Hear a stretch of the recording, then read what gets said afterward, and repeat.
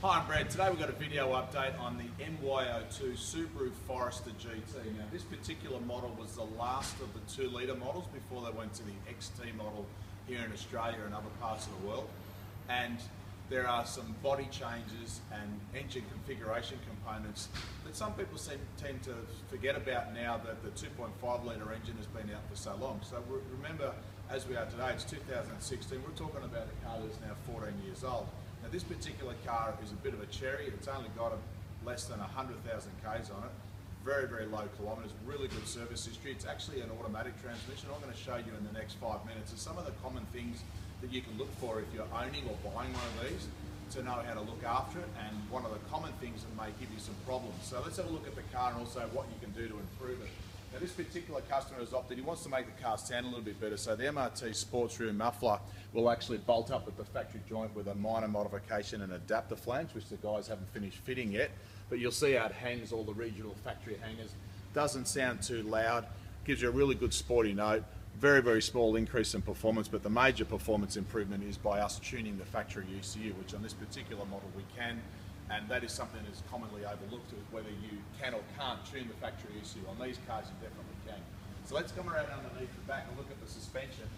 Original plastic factory sway bar links just here. Over a period of time we've got a rubber bush in, and they deteriorate and squash and sort of dull the performance of the sway bar. You notice the sway bar on the back of this model is very, very small. By putting a stiffer sway bar on the back significantly improves the handling and reduces the body roll, because this car sits a little bit higher on the platform than say the WRX of a similar year model with the same platform, because the body is effectively jacked up off the suspension components. Some of the other things to be aware of, shock absorbers by now are starting to get very tired from an age and a kilometres point of view. Typically anything that's done over 100,000 Ks, the shock absorbers is well past its use by date. You notice the brakes on the back of this particular model have got a sliding caliper, which is a original factory part. The slides on those things and the rubber boots can start to get a bit sticky and give you a spongy brake pedal, because they don't slide and move as reliably as what they used to. The rear diff on this car is absolutely pristine condition, although some of the models that start to get a little bit of a leak around the drive shaft seals here. But let's go down the front of the car. Now on this particular model, the center muffler assembly's got a restrictor in the center here, which you can actually remove to give yourself a little bit extra performance, but it's not a major criteria at this point in time for this particular customer, so he's just leaving the engine pipe and the center pipe factory standard with our XA power kit and the custom tune and the rear sports muffler. Up the front here you'll see it's got a automatic transmission. So this particular model, you can pull the pan off. It's got a filter on the side, which is something that can be replaced and serviced as part of the normal maintenance of the transmission.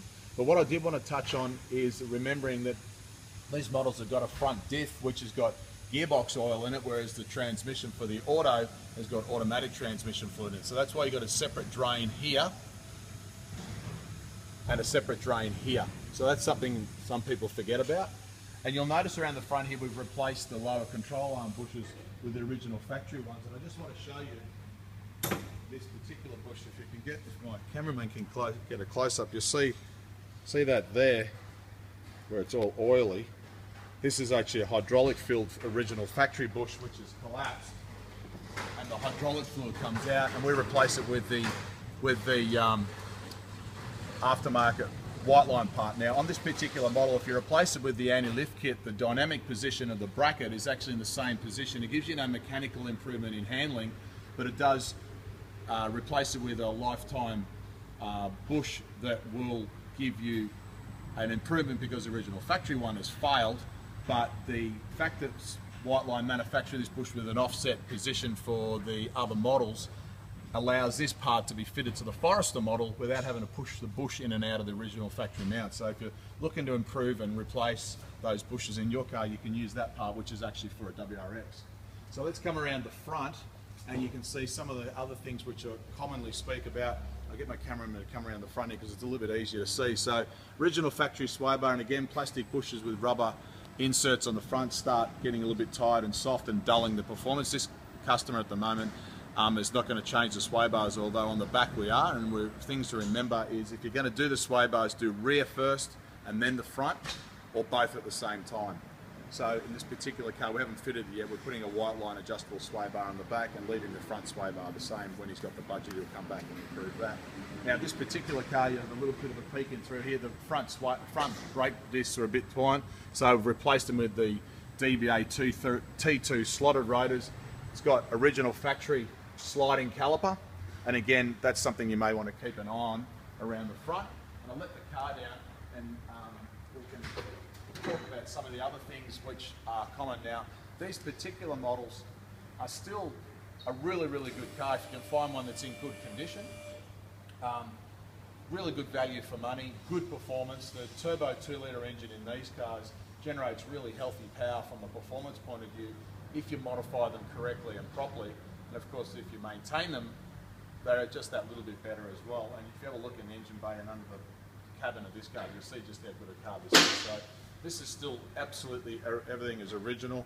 Factory standard airbox. Now this car, airflow meter sensor is not as critical on the GC8s, but something you need to be aware of. That sometimes can get dirty and dull the performance of the engine because that measures the air going into the engine, which is what the ECU uses to calibrate the engine settings from a performance point of view. Factory standard intercooler with the bonnet scoop, blow-off valve, which is a bolt-on type. All of these parts are still original. It looks like the car just come out of the showroom almost. So other things to look at from the side are, over a period of ages, the rocker cover gaskets down there and on the other side, because on a boxer engine they're the things that are going to leak the most often. Power steering pump sometimes gets a little bit tired, and also there's some fittings and vacuum lines where the power steering hoses connect that you should be aware of. Now let's go around, we'll go around this side and just show you the interior of the car so you can remember what this one looks like. And it's an automatic transmission. This model actually had fold down armrests, so it's a pretty comfy car to drive, and the interior is really good as well. So there you have it. That gives you a bit of an idea of what you can expect to do on a Subaru Forester GT. Now one thing I did forget that I wanted to touch on, this particular model in the up pipe before the turbo does have a catalytic converter, and I'll show you a picture of that, and have a look at Project Bluey because that's a similar year model with a similar engine on the WRX, and that also has got the catalytic converter in the up pipe, which is very restrictive. So if you're looking to improve the performance, make sure you match it with an ECU tune. If you reduce and remove and swap out that up pipe with a later model one or a replacement aftermarket one with a catless up pipe, you will get a check engine light fault code because it's got a temperature sensor in the pipe that is these days often hard to replace with a dummy sensor, and you can turn the fault code off through the factory ECU if it's tuned using factory ECU software such as Ecutech, which we use quite often. But that also would give a healthy increase in performance. Other mods you can do to improve this car is WRX turbos or a STI type turbo, but of course you only want to do that when you match it with a high flow fuel pump, and of course after you've done the complete exhaust system. So there you have it, Subaru MY02 Forester GT with the 2-litre engine. Still a fantastic car, still available in Australia if you can find one in good condition. I hope this video has helped you learn a little bit more about your car, but for today check out the links at the bottom of this to our Facebook page. We can see some still photos, and also follow us on Facebook, YouTube, Twitter and Instagram, and check out some info on our website. But for now, I'm Brett Middleton. Thanks for watching.